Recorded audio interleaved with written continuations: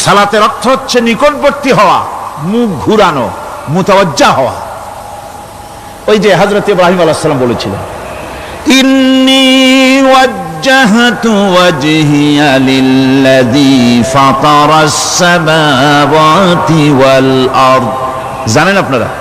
পড়েন, ইন্নী ওয়াজ্জাহতু ওয়াজহিয়া লিল্লাযী ফাতারাস সামাওয়াতি ওয়াল আরদা হানিফা ওয়া মা আনা মিনাল মুশরিকিন।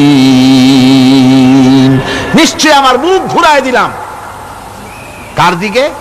যিনি আকাশ এবং জমিনের স্রষ্টা, সব কিছুর মালিক যিনি, তার দিকে আমি মুতাওয়াজ্জা হলাম। নামাজের অর্থই হচ্ছে মুতাওয়াজ্জা হওয়া, মুখ ঘুরিয়ে দেওয়া, চেহারা ঘুরিয়ে দেওয়া। আর নামাজের আরেক অর্থ হচ্ছে নিকটবর্তী থেকে আরো নিকটবর্তী হওয়া। আল্লাহ রাব্বুল আলামিন বলেন, নিকটবর্তী হতে হলে ওয়াসজুদ ওয়াকতারিব, সেজদা দাও আর সেজদার মাধ্যমে আমার নিকটবর্তী হয়ে যাও। সেজদা দিলেই আল্লাহর নিকটবর্তী হওয়া যায়। কোন সুবহানাল্লাহ। সাহাবী, আল্লাহ নবীর সাহাবী প্রশ্ন করেছেন, নবীজি, বান্দা কখন আল্লাহর নিকটবর্তী হয়ে যায়? নবীজি বলেছেন, বান্দা যখন সেজদা দেয় তখন আল্লাহর বান্দার মাঝে কোনো হিজাব থাকে না, একদম আল্লাহ পাকের নিকটবর্তী হয়ে যায় বান্দা যখন সেজদায় পড়ে যায়। সুতরাং নামাজ হচ্ছে নিকটবর্তী হওয়া, সালাত এটা হচ্ছে নিকটবর্তী হওয়া। নামাজ ফরজ হওয়ার কারণ হচ্ছে এই যে মানুষ আল্লাহর বান্দা বা গোলাম হিসেবে সৃষ্টি হয়েছে, তাই একমুখী হয়ে এর বন্দিগি করা এটা হচ্ছে তার স্বাভাবিক একটা প্রকৃতি।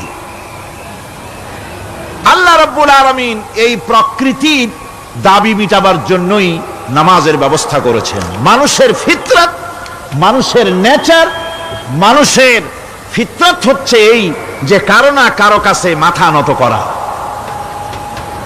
হাত জোড় করা, মাথা নত করা,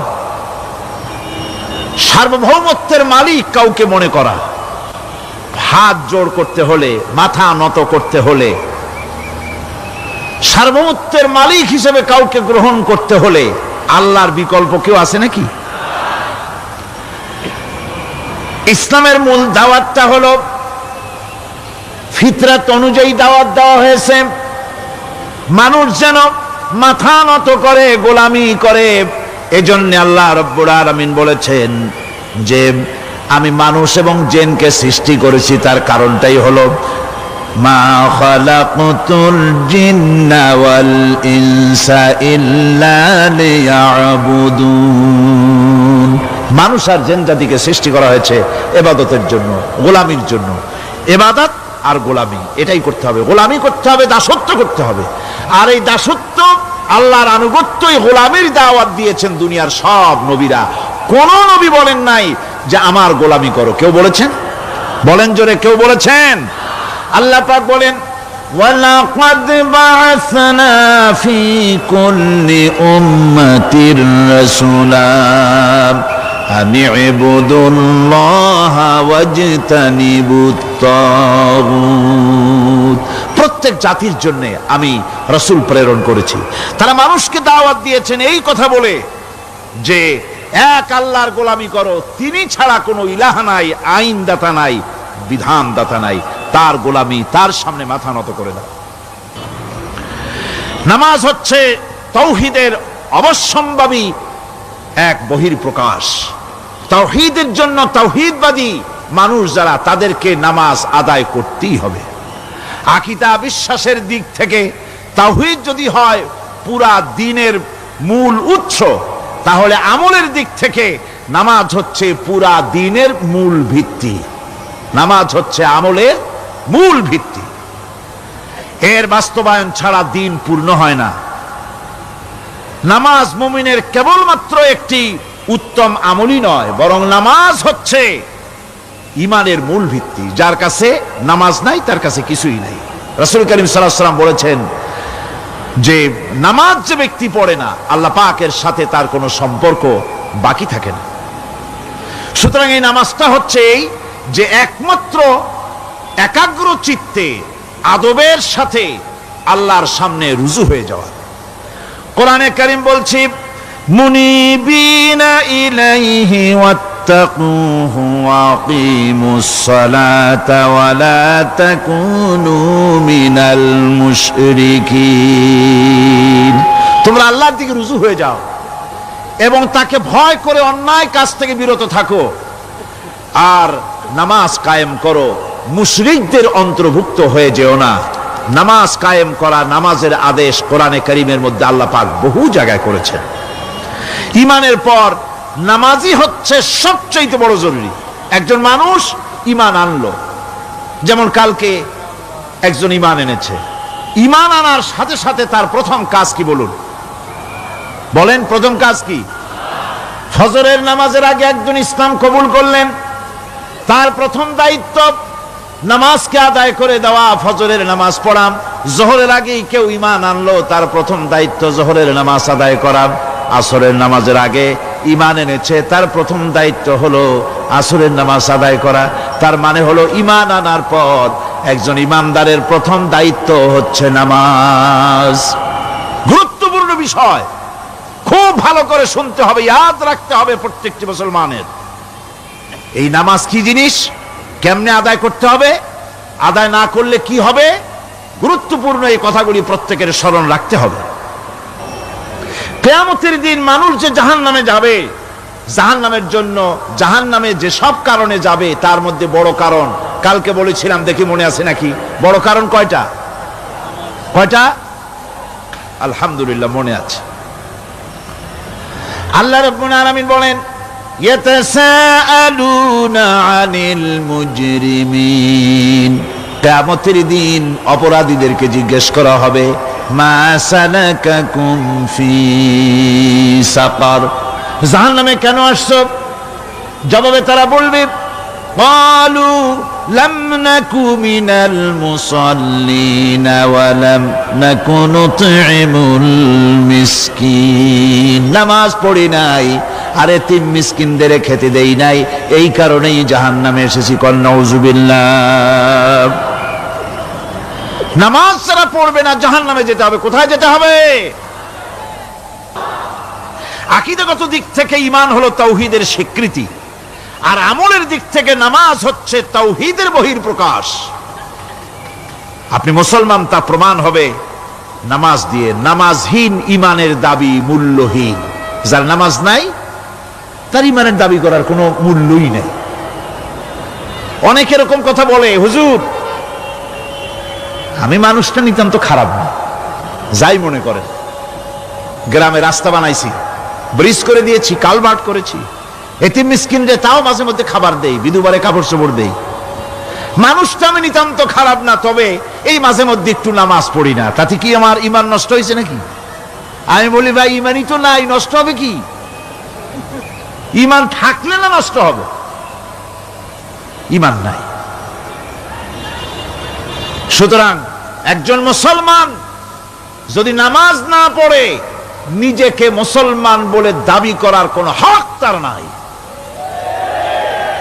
দাবি করার অধিকার নাই। নামাজ হচ্ছে জিন্দেগি, নামাজটাই মূলত জিন্দেগি। নামাজটা কি? জিন্দেগি।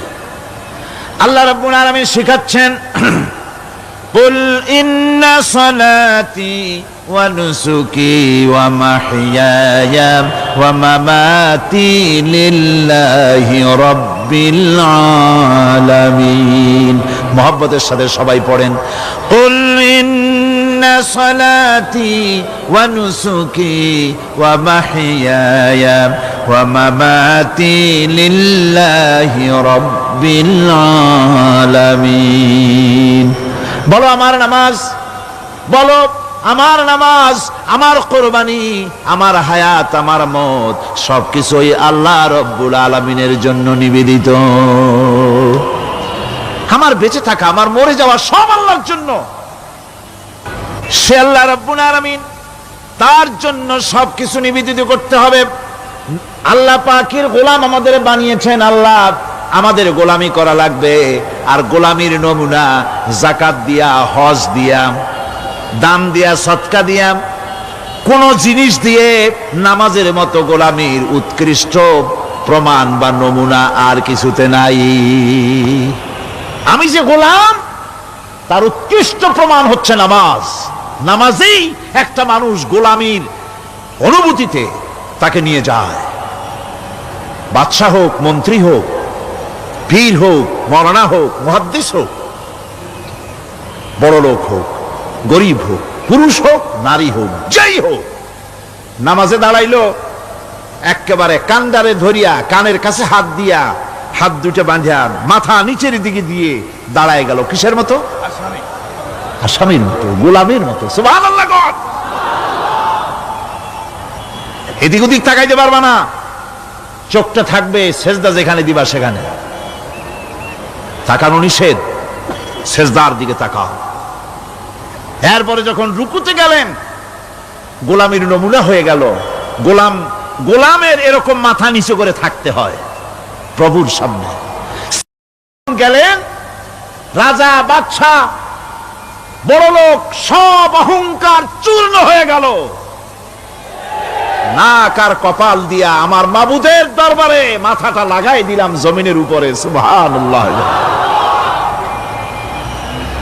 আমি আমার ভাষায় বলি, আমি আমার ভাষায় কথাটা এভাবে বলি, এই জমিনটা যদি কাগজ হয় আর আমার নাকটার কপালটা যদি কলম হয়, তাহলে আমি যে গোলাম দৈনিক 5 বার আমার নাক আর কপাল দিয়া জমিন নামক কাগজের উপরে, দাস খতের উপরে দৈনিক 5 বার নাক আর কপাল দিয়া সই করে দেই, আল্লাহ আমি তোমার গোলাম, আর কারো গোলাম নই,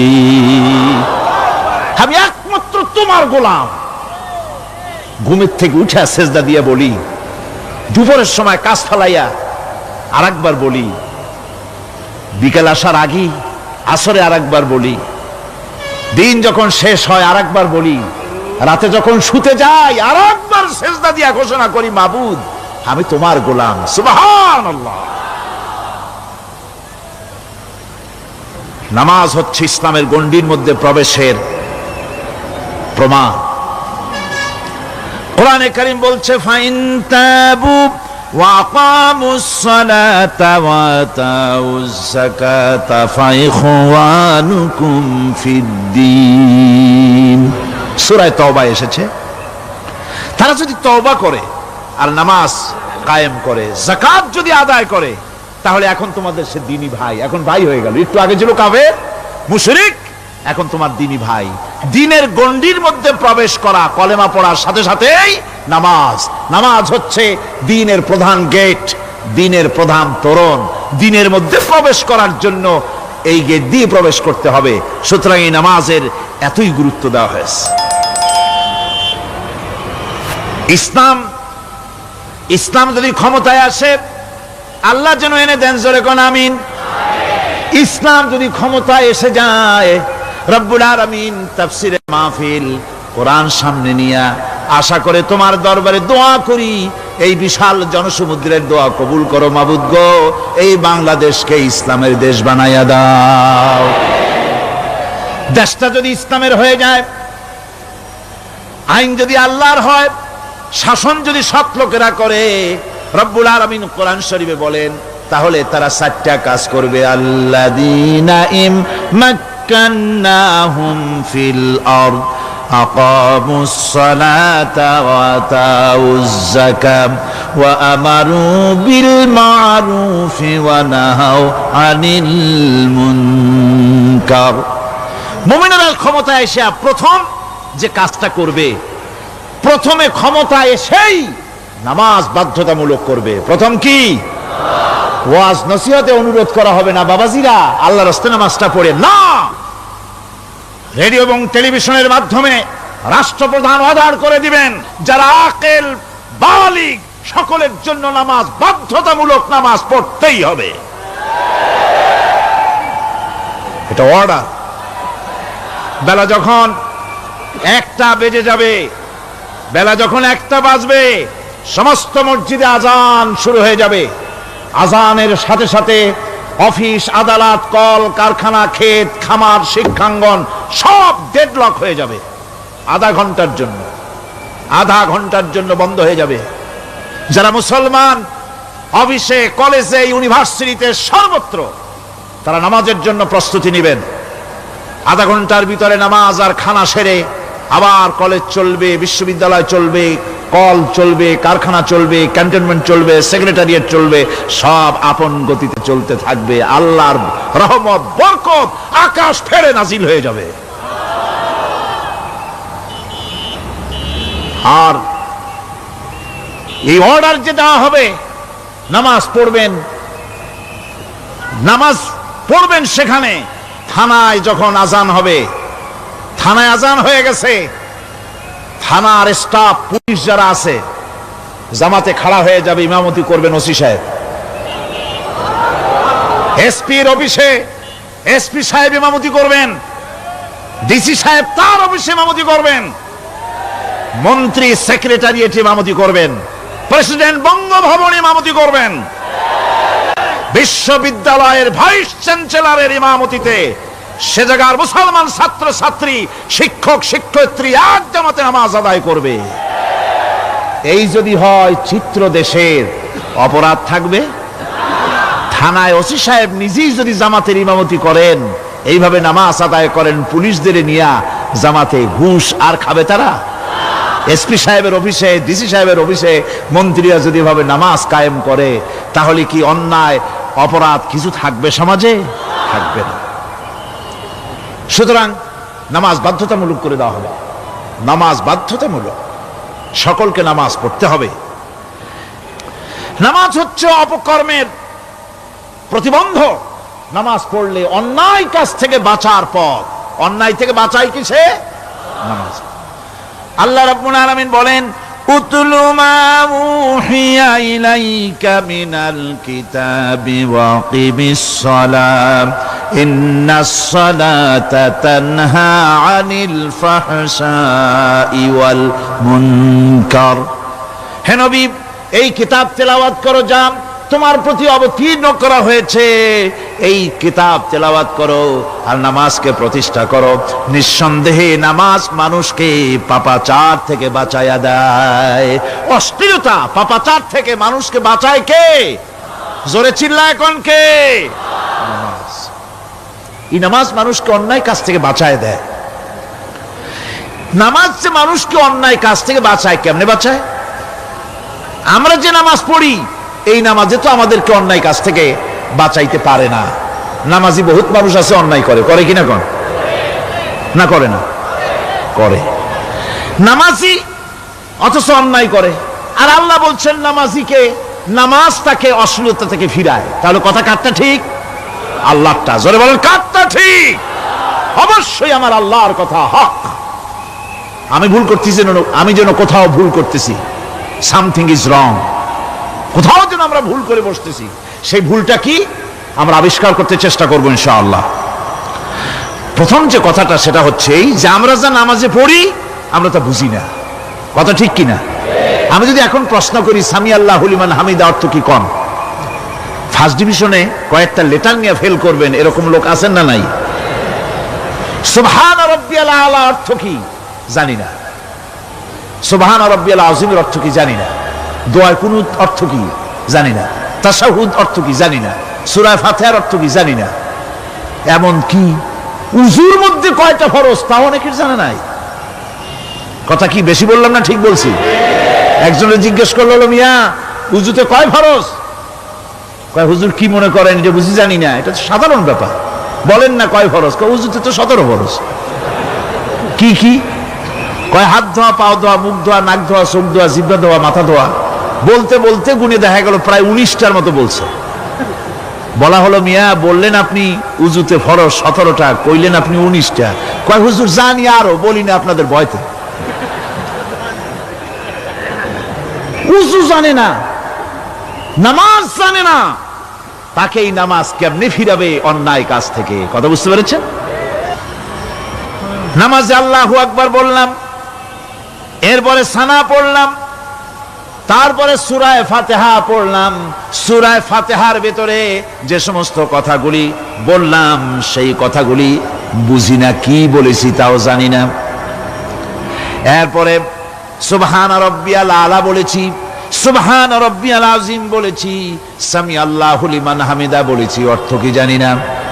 আল্লাহ তা শুনতে পান, যে ব্যক্তি আল্লাহর প্রশংসা করেন তিনি তা শুনতে পান। নামাজের মধ্যে আইডিয়া দেওয়া হচ্ছে, তুমি যে আল্লাহর জন্য নামাজ পড়তেছো, প্রশংসা করতেছো, এটা এমন নয় যে আল্লাহ পাক দেখছেন না বা শুনতেছেন না। তুমি যা বলতেছো, প্রশংসা করতেছো, আল্লাহ পাক তা শুনতে পাচ্ছেন। সামি আল্লাহু লিমান হামিদা, সুবহান রাব্বিয়াল আলা, আমি মহান সর্বশ্রেষ্ঠ আল্লাহ রাব্বুল আলামিনের পবিত্রতা ঘোষণা করছি, আমি তার প্রশংসা করছি। সূরা ফাতিহার কি আমরা বলি আপনারা ব্যাখ্যা দেখে বুঝে নিন, সেগুলি আমি এখানে বলে বাকি কথা সব শেষ করতে পারবো না। নামাজে কি পড়েন সেটা যদি জানতেন, অবশ্যই আল্লাহ রাব্বুল আলামিনের কথা কার্যকরী হয়ে যেত। ইন্নাস সালাতা তানহা আনিল ফাহশাই ওয়াল মুনকার, নামাজ মানুষকে পাপের কাজ, অশ্লীলতা থেকে ফিরাতে পারে। আল্লাহ ইন্না বসায়ছেন, নিশ্চয়ই, বেশক, অবশ্যই নামাজ পাপ থেকে ফিরাবে।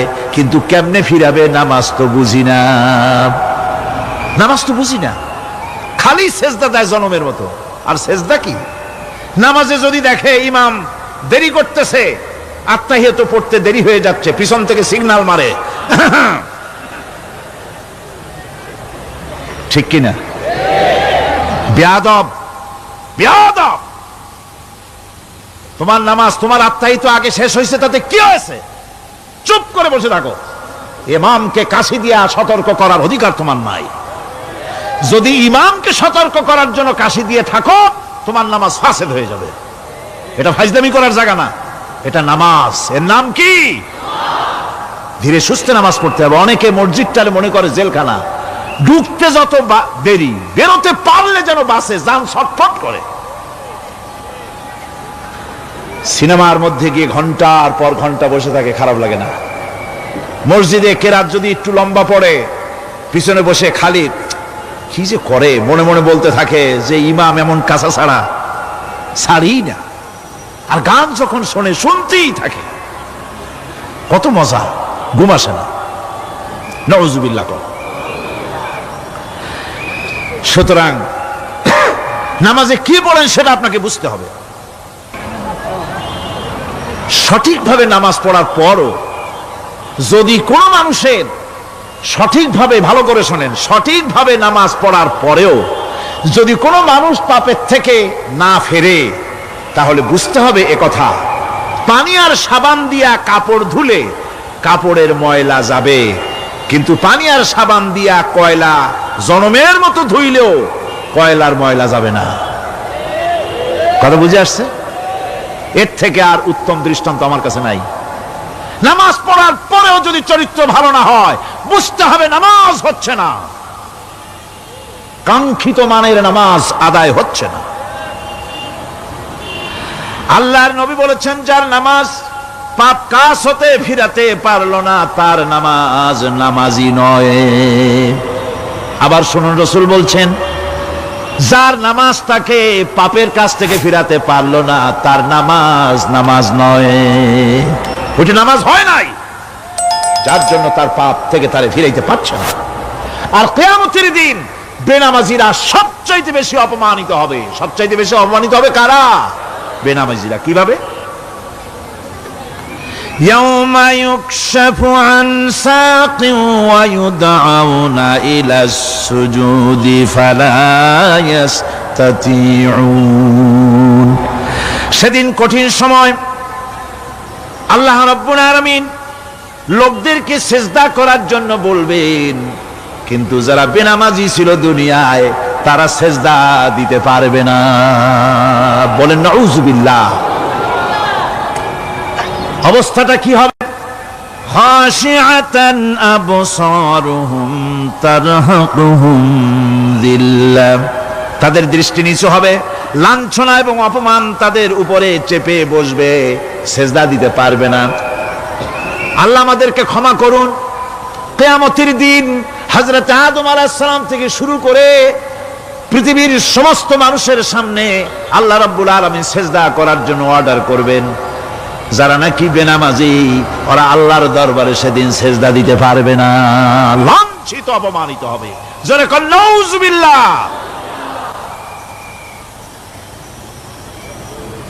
নামাজ, মুমিনের নামাজ একরকম, মুনাফিকের নামাজ হলো আর এক রকম। মুনাফিকরাও নামাজ পড়ে, পড়ে কিনা কন? মুনাফিকেরাও নামাজ পড়ে। মুনাফিকেরা যখন নামাজ পড়তে যায় আল্লাহ রাব্বুল আলামিন বলতেছেন ওয়া ইযা কামু ইলাস সালাতি কামু কুসালা। মুনাফিকেরা যখন নামাজ পড়তে দাঁড়ায়, নামাজে আসে ঠিক তারা, কিন্তু নামাজের জন্য দাঁড়ায় খুব শৈথিল্যভাবে দাঁড়ায়, কাহিলি সুস্তি, এ জায়গা চুলকায়, পায়জামা ধরে টান দেয়, টুপিটা ঘুরে আয়, এদিক ওদিক তাকায়। মুনাফিকের নামাজ দেখলেই ঠিক পাওয়া যায় যে বেটা মুনাফিক। এইভাবে সে দাঁড়ায়। তার নামাজটা কি জন্য? ইউরাউনান নাসা ওয়া লা ইয়াযকুরুনাল্লাহা ইল্লা কালিলা। তাদের নামাজ হচ্ছে মানুষকে দেখাবার নামাজ। নাউযুবিল্লাহ। এখন দেখবেন এই মৌসুম আসছে, নামাজের মৌসুম, বেনামাজিদের নামাজের মৌসুম। জনসভা হচ্ছে, নির্বাচন আসতেছে, নামাজে রক্ত হয়ে গেছে, তাড়াতাড়ি আজান হয়ে গেল, টুপি না থাকলে রুমাল একটা মাথায় দিল, উজু আছে কি না আছে, আল্লাহু আকবার, যা আছে কপালে হয়ে যাক। মানুষকে দেখাবার জন্য এরা নামাজ পড়ে। এরা আল্লাহর শরণার্থে নামাজ খুব কম লোকই করে। এরা হচ্ছে মুনাফিক। দুনিয়া এবং আখিরাতে কল্যাণের জন্য একমাত্র মাধ্যম হচ্ছে নামাজ। দুনিয়াও যদি কল্যাণ চাই, আখিরাতেও যদি কল্যাণ চাই, তাহলে এর জন্য কি করতে হবে? কি করতে হবে? আমার কথা নয়, আল্লাহ রাব্বুল আলামিনের কথা শুনুন। রব্বুল আলামিন বলেন ক্বাদ আফলাহাল মুমিনুন আল্লাযীনা হুম ফি সালাতিহিম খাশিউন ওয়াল্লাযীনা হুম লিয-যাকাতি ফাঈলুন ওয়াল্লাযীনা হুম লিফুরুজিহিম হাফিজুন। নিশ্চিতভাবে সেই সব মুমিন কল্যাণ লাভ করবে, নিশ্চিতভাবে। তারা হচ্ছে ওই সব লোক যারা নিজেদের নামাজ ভীতি মিশ্রিত বিনয় ভাবে, ভীতি মিশ্রিত অবস্থায় বিনয়ের সাথে যারা নামাজ আদায় করে, যারা বেহুদা কাজ থেকে বিরত থাকে, যারা যাকাতের পন্থায় কর্মতৎপর হয়, আর যারা নিজের লজ্জাস্থানকে হেফাজত করে। এরপরে আল্লাহ পাক বলেন ওয়াল্লাযীনা হুম লিআমানাতিহিম ওয়া আহদিহিম রাউন ওয়াল্লাযীনা আলা সালাওয়াতিহিম ইউহাফিজুন ওয়াল্লাযীনা আলা সালাতিহিম হাফিজুন। আর যারা তাদের আমানাতকে পূর্ণ করে, আমানাত এবং তাদের ওয়াদা চুক্তি পূর্ণ করে, এবং যারা নিজেদের নামাজ সমূহকে পূর্ণভাবে হক আদায় করে নামাজ পড়ে, নামাজের যারা হেফাজত করে, এরা কারা? এরা হচ্ছে উলাইকা হুমুল ওয়ারিসুন আল্লাযীনা ইয়ারিসুনাল ফিরদাউসা হুম ফিহা খালিদুন। এরা হচ্ছে সেই সব লোক, এরা উত্তরাধিকার হচ্ছে জান্নাতের উত্তরাধিকার, জান্নাতুল ফিরদাউসে আল্লাহ রাব্বুল আলামিন এই গুণ বিশিষ্ট লোকদের জন্য জায়গা করে দিবেন। জোরে কোন সুবহানাল্লাহ। নামাজকে পড়তে বলা হয়নি, কোরআন শরীফে বলা হয়েছে নামাজ কায়েম করো। কি বলা হয়েছে কম তো দেখি? নামাজ কায়েম করো, নামাজ পড়ো। এই কথা কিন্তু কোরআন শরীফে কোনো জায়গায় আছে নাকি? এখন কায়েম করা কারে বলে? একটা গুরুত্বপূর্ণ আরেকটি বিষয়। নামাজ কায়েম করতে বলা হয়েছে। কায়েম কি? কায়েমটা হচ্ছে দৃষ্টান্ত স্বরূপ বলা যায় যে জিনিসটা সমাজে প্রতিষ্ঠিত আছে ওইটারে বলে কায়েম হওয়া, আর যেটা প্রতিষ্ঠিত নাই ওটা কায়েম নাই। কায়েম মানে হলো প্রতিষ্ঠিত থাকা। যেমন আমাদের দেশে, আমাদের সমাজে নারী পুরুষ শিশু বৃদ্ধ সকলেই কাপড় পরা, শাড়ি পরা, লুঙ্গি পরা, এই কাপড় পরাটা কায়েম আছে, প্রতিষ্ঠিত আছে না নাই? যার কারণে কাপড় পরা সমাজে কায়েম আছে বলে উলঙ্গ মানুষ সমাজে খুঁজে পাওয়া যায় না, পাগল ছাড়া। ঠিক কিনা? একটা বাচ্চাকেও যদি উলঙ্গ হতে বলেন এখানে, 5 বছর 6 বছরের একটা বাচ্চাকেও, সে কিন্তু রাজি হবে না। ঠিক কিনা? যেহেতু কাপড় পরা সমাজে প্রতিষ্ঠিত আছে, সেহেতু উলঙ্গ মানুষ পাওয়া যায় না, কাপড় পরাটাই এখানে প্রতিষ্ঠিত। সুতরাং এখন অবস্থাটা এই হয়েছে, কাপড় পরা প্রতিষ্ঠিত আছে বলে কোন উলঙ্গ মানুষ এসে যদি এই মঞ্চে দাঁড়ায় আর বলে আমাকে একটু বক্তৃতা করতে দেন, আপনারা কি করবেন? মঞ্চে তো উঠতেই দিবেন না। উলঙ্গ মানুষ যদি কোনো চাকরি নিতে যায় ইন্টারভিউতে, তাকে লাইনে দাঁড়াইতে দেবে? দেবে না। এমন কি উলঙ্গ হয়ে যদি বাড়িতে প্রবেশ করে, তার বউ দূর দূর করে তাড়ায় দেবে। ঠিক কিনা? যেহেতু সমাজের ভিতরে কাপড় প্রতিষ্ঠিত আছে, সেই জন্য এই উলঙ্গ মানুষ পাওয়া যায় না। অনুরূপ ভাবে নামাজ যদি প্রতিষ্ঠিত হতো সমাজের ভিতরে, তাহলে বেনামাজি খুঁজে পাওয়া যেত না। চাকরি করতে গেলে সেখানে নামাজ মানদণ্ড হয়ে যেত, নামাজ পড়ে কিনা তা দেখে নেওয়া হতো। বেনামাজি লোক পাওয়াই যেত না যদি প্রতিষ্ঠিত থাকতো। প্রথম প্রশ্নই হতো তুমি নামাজ পড়ো কিনা। ইলেকশনে যদি একজন উলঙ্গ মানুষ এসে দাঁড়ায়, ভাইরা এবার আমার বোতল মার্কা বাক্স, উলঙ্গ মানুষ এসে ভোটে দাঁড়াইছে, আপনারা ভোট দিবেন? দিবেন। ওইটা কাপড় প্রতিষ্ঠিত আছে বলে, লুঙ্গি প্রতিষ্ঠিত সমাজে আছে বলে উলঙ্গ মানুষকে আপনি ভোট দিবেন না। নামাজ যদি প্রতিষ্ঠিত থাকতো সমাজে, বেনামাজি মানুষ যদি এসে মঞ্চে দাঁড়ায়া যতই বলতো আমি ক্ষমতায় গেলে এই করব সেই করব, নামাজ প্রতিষ্ঠিত থাকলে পরে বেনামাজিরে কেউ ভোট দিত না। নামাজ যদি প্রতিষ্ঠিত থাকতো, তাহলে অফিসের অফিসার তো দূরের কথা, বেনামাজি অফিসের ঝাড়ুদারের চাকরিও তার কিসমতে জুটতো না, যদি নামাজ প্রতিষ্ঠিত থাকতো। এর নাম হলো নামাজ কায়েম হওয়া। নামাজ কায়েম থাকলে এই অবস্থার সৃষ্টি হতো। এই জন্য আল্লাহ পাক বলেছেন নামাজকে কায়েম করতে হবে। নামাজ হবে সব ভালো কাজের মানদণ্ড। সমস্ত ভালো কাজের মানদণ্ড কি? নামাজ। নামাজ আমাদেরকে বড় রকমের শিক্ষা দেয়। কি শিক্ষা দেয়?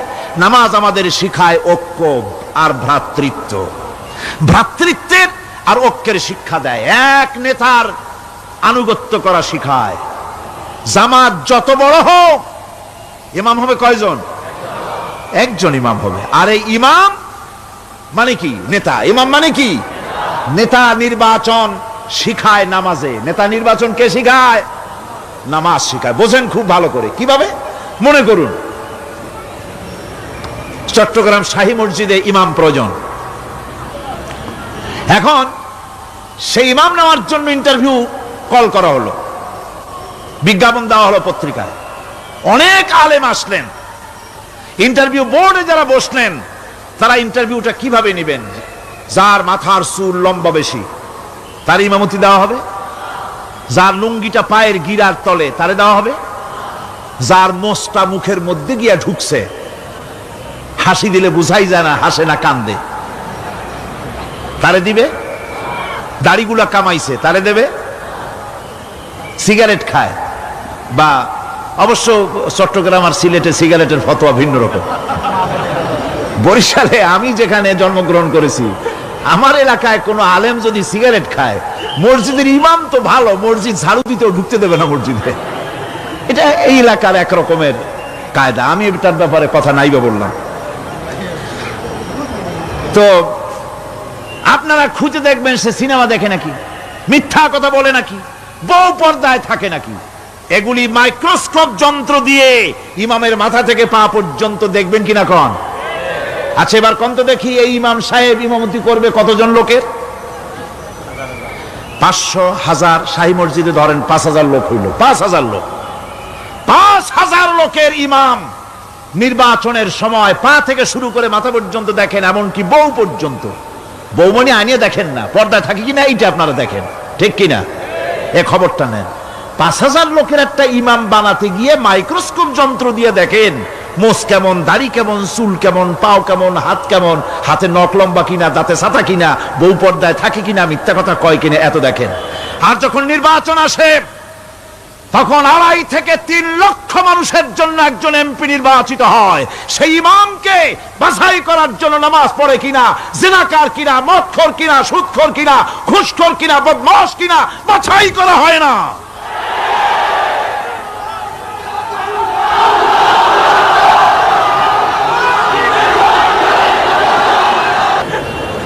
নামাজ আমাদেরকে এটা শিখায় ইমাম কেমনে বানাইতে হবে। কোন সুবহানাল্লাহ।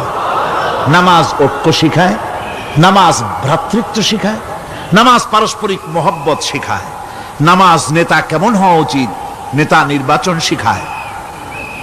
আবার নেতা ভুল করলে তার ভুল বলা যাবে না, এরকম হতে পারবে না। নামাজের ভিতরে ইমাম যদি ভুল করলে আপনি লোকমা দিবেন, সুবহানাল্লাহ, আল্লাহু আকবার বলবেন। যদি তিনি সংশোধন না হলেন আবার দেন, তাতেও সংশোধন হলো আবার দেন।